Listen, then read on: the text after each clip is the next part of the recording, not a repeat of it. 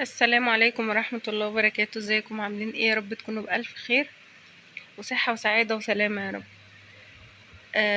صلوا على النبي. وعايزاكم بالله عليكم اي حد دخل الفيديو يكتب في الكومنتات اللهم صل وسلم وبارك على سيدنا محمد. جماعة، عايزة تفاعل للفيديوهات بالله عليكم. انا كده هيجيلي احباط، عمالة بنشر فيديوهات ومفيش اي تفاعل. لايك للفيديو واشتراك للقناة لو اول مرة تشوفيها، وتفاعلي معايا بالفيديو كده تعليق حلو كده زي علشان تدوني طاقة كده ان انا اعرف اصور. انا بصور باحباط والله. بس فساعدوني ان انا ارفع الفيديوهات بتاعتي شوية علشان فعلا محتاجة القناة دي يعني. دخلت النهاردة على اوضة جديدة. انتوا زي ما انتوا عارفين بقى اللي متابعين الفيديوهات الاولانية، انا لسه راجعة من عند ماما، وطبعا الشقة متبهدلة خالص تراب. لان الشقة مقفولة بقالها شهر ونص. فدخلت النهاردة على اوضة النوم. انا كده قاعده بفضي الشنطه بتاعه الهدوم بتاعتنا اللي كنا واخدينها معانا، فكانت هدوم كتيره قوي. فبفضيها يعني، بحط كل حاجه مكانها وكده وقبل ما اروق يعني الاوضه، لان انا روقت خلاص، خلصت الشقه كلها، ففاضل لي هي الاوضه دي بس. لان هي دي اللي انا كنت حابسه فيها العيال يعني عشان اعرف اعمل بقيه الشقه. فكنت بحبس العيال هنا، بقعدهم في الاوضه دي علشان هي دي الاوضه الوحيده اللي فيها تكييف، هي اللي الجو فيها حلو. فمقعدة فيها العيال عقبال ما اخلص الشقة يعني. بس فسبتها لاخر حاجة، وهي كانت يعني اكتر اوضة يعتبر نظيفة عن الشقة كلها. طبعا انتوا شفتوا اول الفيديو الاوضة عاملة ازاي، بس بالنسبة لي الكركبة اللي كانت في الاوضة مش مهمة قد التراب. يعني انا اصعب حاجة عندي التراب، عشان عندي حساسية في جيوب الانفية، فبالنسبة لي التراب هو اصعب حاجة يعني. فالشقة كلها برا كانت تراب، الا الأوضة دي ما كانتش متربة قوي زي برا، بس كانت عبارة عن كراكيب، لأن محمود كان بيدخل يعني بينام فيها ويطلع الصبح يروح على الشغل ويرجع على الأوضة دي يعني. فما كانش ما كانش بيستعمل أي حاجة في الشقة اللي هي الأوضة دي. تمام. فيعتبر هي كانت ايه، هدوم لمحمود مرمية في كل حتة، ازايز مية، كل حاجة مرمية في الأوضة دي. فالشقة كلها كانت رايقة، بس كانت مليانة تراب. بس فكده فضيت الشنطة بتاعة الهدوم، وهبدأ بقى ان انا افرش السرير. طبعا اللي ما يعرفش انا ليه حاطة المرتبة دي في الارض كده، انا واخدة المرتبة دي من اوضة الاطفال، سايبة اوضة الاطفال في مرتبة واحدة على سرير واحد، والسرير التاني انا مغطياه بس كده على الملل. واخدة المرتبة دي علشان كلنا بننام في الأوضة دي، عشان هي الوحيدة اللي فيها تكييف. عشان انا دور اخير والجو عندي نار، فمش هقدر بصراحة ان انا اخلي العيال يناموا في الأوضة التانية، اوضة الاطفال يعني، في عز الجو الحر ده. فالوضع ده بيبقى مؤقت عندنا خلال فترة الصيف بس، وبعد كده برجع المرتبة مكانها، وبتبقى كل اوضة فيها حاجتها زي ما هي، بتبقى فيها منظمة يعني عن فترة الصيف. بس لحد ما ربنا يكرمنا يعني، ونشوف حل للأوضة اللي هي بتاعة الأطفال دي، نشوف حل للحر اللي فيها، وربنا ييسر الحال. انا كده ايه، هفرش كفر المرتبة. شايفين المرتبة عاملة ازاي؟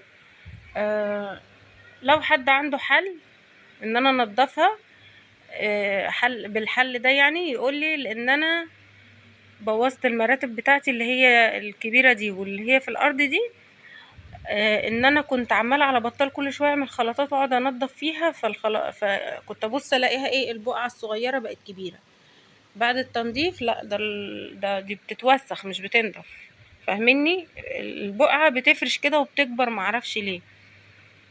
فمش عارفة اعمل ايه. انا عايزة اجيب يعني اشوف شركة تنظيف يجوا ينضفوهم في البيت، لان انا مش هينفع ان انا انقلهم برا البيت يعني. مش عارفة بصراحة يعني، مش عارفة اتصرف فيهم ازاي، وزعلانة عشانهم قوي. المرتبة التانية اللي هي في اوضة الاطفال نضيفة وجديدة، لان انا يعتبر ما استعملناهاش وما نضفتهاش، لان كل قعدتنا على دول. بس في المرتبة التالتة اللي هي اللي في الأوضة التانية لوحدها دي، يعتبر هي أنضف واحدة. ربنا يسهل. مش عارفة بقى، مش عارفة أعمل فيهم ايه يعني، عايزة لهم حل. انا جبت كفر للمرتبة الكبيرة، ولسه هجيب كفرين للمرتبتين الصغيرين، بس عايزة بقى انضفهم يعني قبل ما احط عليهم الكفرات. مش عارفة ازاي، وخايفة اعمل اي حاجة تانية او اي اختراع تاني ينضفهم يتبهدلوا اكتر من كده. يعني بصوا المرتبة الصغيرة دي، شايفين الجزء الاسود المدور اللي هناك ده؟ دي كانت بقعة صغيرة، فانا جيت انضفها لقيتها كبرت وسودت، مش عارفة ليه. أنا مش عارفة ايه السبب في كده. فباجي اكحلها بعميها زي ما بيقولوا. انا كده روقت خلصت السرير وطلعت العيال فوق عشان اعمل اللي تحت بقى. هما متعودين على كده، يعني انا ليه ما بحطش المخدتين فوق بعض، بحط مخدة هنا ومخدة هنا على السرير الكبير، علشان التكييف فوق السرير والريشة بتاعته بتتفتح من فوق، فما بتجيبش هوا على السرير خالص، هي بتجيب هوا ناحية الدولاب. وبعد كده الهوا بقى ايه بيتوزع بس على السرير، بس لو نمنا على المخدة اللي تحت التكييف مش هيجيب علينا هوا نهائي، يعني مش بيبقى حرفيا العيال بيقوموا عرقانين. شوفوا الأوضة فيها تكييف اهي، ولو نمنا تحت التكييف على المخدة اللي هي تحت التكييف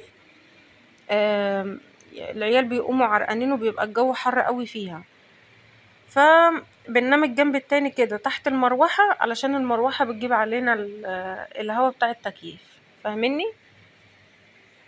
بس في تكييفات الريشة بتاعتهم بتفتح من تحت، فبتجيب هوا تحت التكييف على طول.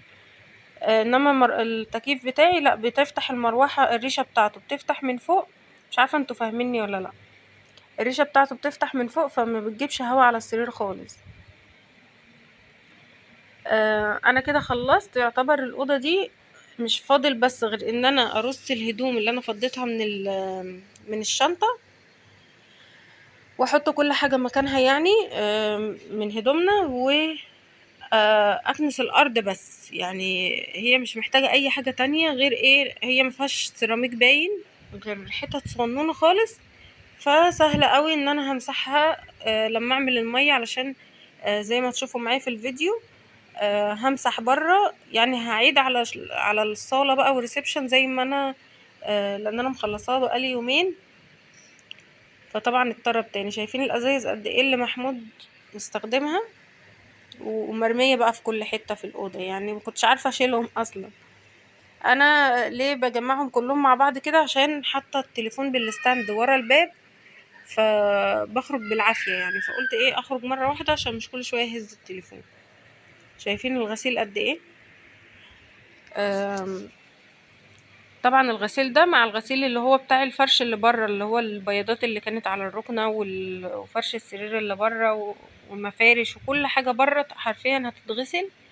وطبعا الفرش ده غير هدوم محمود كلها مش نظيفة، لان بقاله شهر ونص بيلبس وبيقلع، فعندي يوم كامل هيبقى غسيل بس يعني.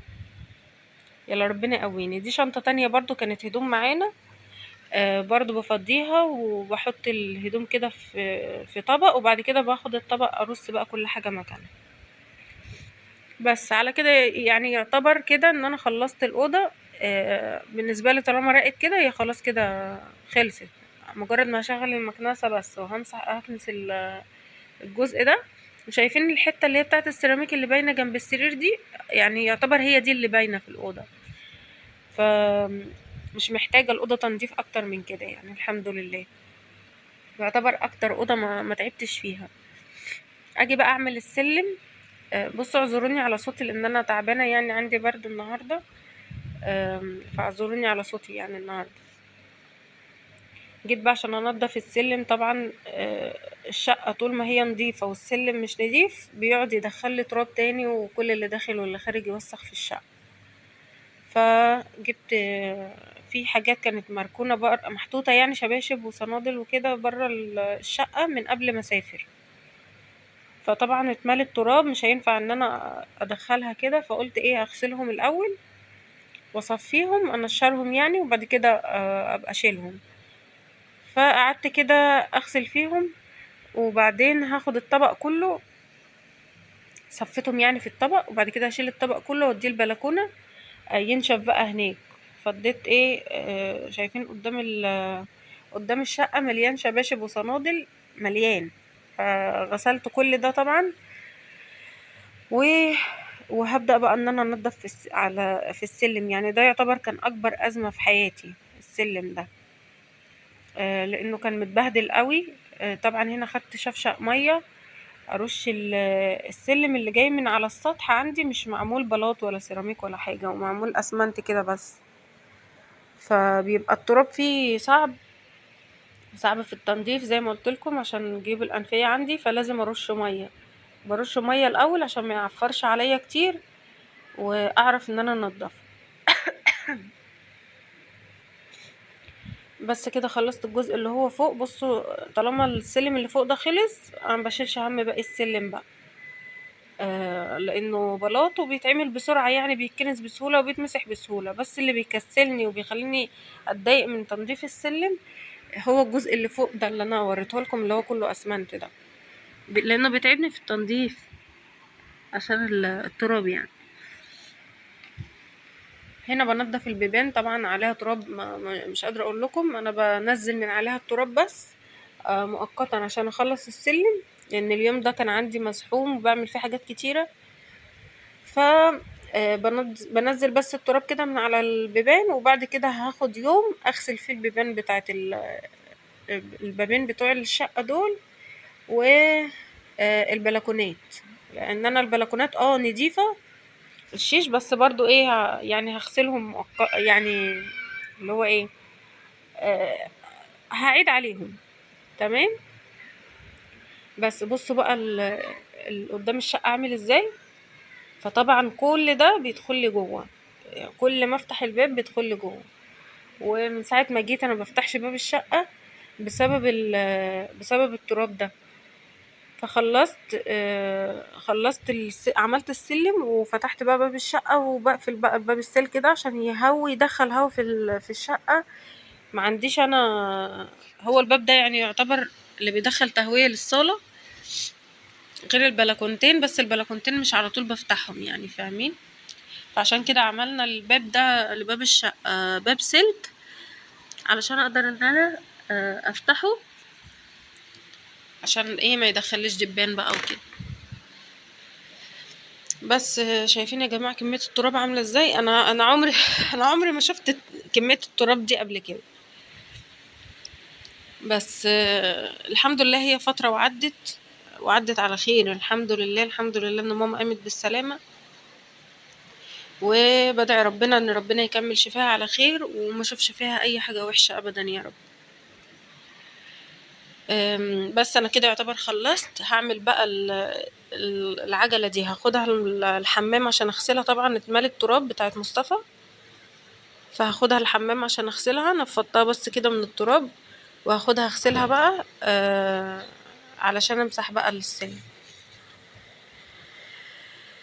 يلا نشوف هنعمل ايه تاني بعد كده. طبعا قبل ما امسح السلم فخسارة يعني المية نضيفة. هعمل الاول ايه، همسح الاجزاء اللي هي باينة من السيراميك اللي في الشقة، لان انا بقاله يومين معمول فاتطرب تاني. فهعيد بس كده على السريع على البلاط بس الجزء السيراميك اللي باين تلميع بس كده، فاهمين. وهي المية نضيفة يعني وريحتها حلوة كده. فقلت ايه اعيد الاول على اللي انا نضفته في الشقة، وبعد كده اطلع امسح السلم بقى. برضو المية كانت نضيفة، بس قلت ايه استغلها كده ولمع الشقة واللي انا عملته اليومين اللي فاتوا. بس دي كده الصالة، وهلف بقى لمع في الجزء التاني. الصالة عندي مقسومة جزئين يعني، فهلمع الجزء ده كمان واطلع بقى عشان امسح السلم. بصوا اليوم ده انا على قد ما انا قلت ان انا ما تعبتش في الاوضه اللي هي بتاعه اوضه النوم، بس انا عملت حاجات كتير قوي في اليوم ده. اللي هو ايه، ما بقتش عارفه اروح فين واجي منين. انا تايهه ومحتاره، مش عارفه اعمل ايه ولا ايه. مع ان تبصوا تلاقوا يعني كل حاجه راقت وكل حاجه اتنضفت، بس في حاجات كتير عايزه تتعمل برضو، مش عارفه ازاي. بس كده طلعت بقى امسح السلم. بصوا هي بقى دي المتعة في تنظيف السلم بالنسبة لي. انا بحب امسح السلم اوي، بس مشكلتي في كنس التراب بس. نعم. دي بنحط فيها مية وبنعملها كده بتنزل مية. استنى بس هقولك دلوقتي نعمل فيها ايه، استنى بس كده. بصوا بقى لما السلم بينضف يا سلام. ماما نعم. انا هلب بح. طب ماشي، ممكن تسكت؟ انا هلب ممكن تسكت؟ انا هلب بح. عايزه اقول لكم ان السلم يعتبر زي ما تقولوا ايه، عطشان للميه. كل ما احط عليه ميه تروح في ثواني من كميه الحراره، وبقاله فتره طويله قوي ما اتمسحش وما جاش عليه ميه، فمطلع صهد فظيع. اما بحط بقى عليه الميه بس بقى. ماما طب اسكت. بحط بقى عليه الميه بيشرب الميه في ثواني. فطبعا انا بمسح في الاول بميه كتير وبعد كده بنشف. لا، انا اجي انشف الاقي الميه اللي انا حطاها كتير دي نشفت. ف... فعدت عليه كتير قوي عشان احط عليه ميه كتير عشان اعرف ان انا امسحه. بس يعتبر كده انا خلصت خلاص. هعمل بس الجزء اللي هي البسطه اللي تحت ده ولا دي، مش عارفه. الضماير عندي راحت في ده. يا حبيبي في ايه يا بابا؟ اسكت. خش جوه، خش جوه. بس كده انا كده خلصت. ويا رب يكون الفيديو عجبكم. لو عجبكم الفيديو لايك للفيديو، شجعوني يا جماعه. كومنت حلو بالله عليكم، كومنت حلو كده ولايك للفيديو عشان اتشجع. لايكين و3 دول بيجيبوا لي احباط. بس انا كده خلصت. هسقي بقى الزراعتين بتاعتي، واحب اقول لكم السلام عليكم ورحمه الله وبركاته. اشوفكم على خير الفيديو الجاي.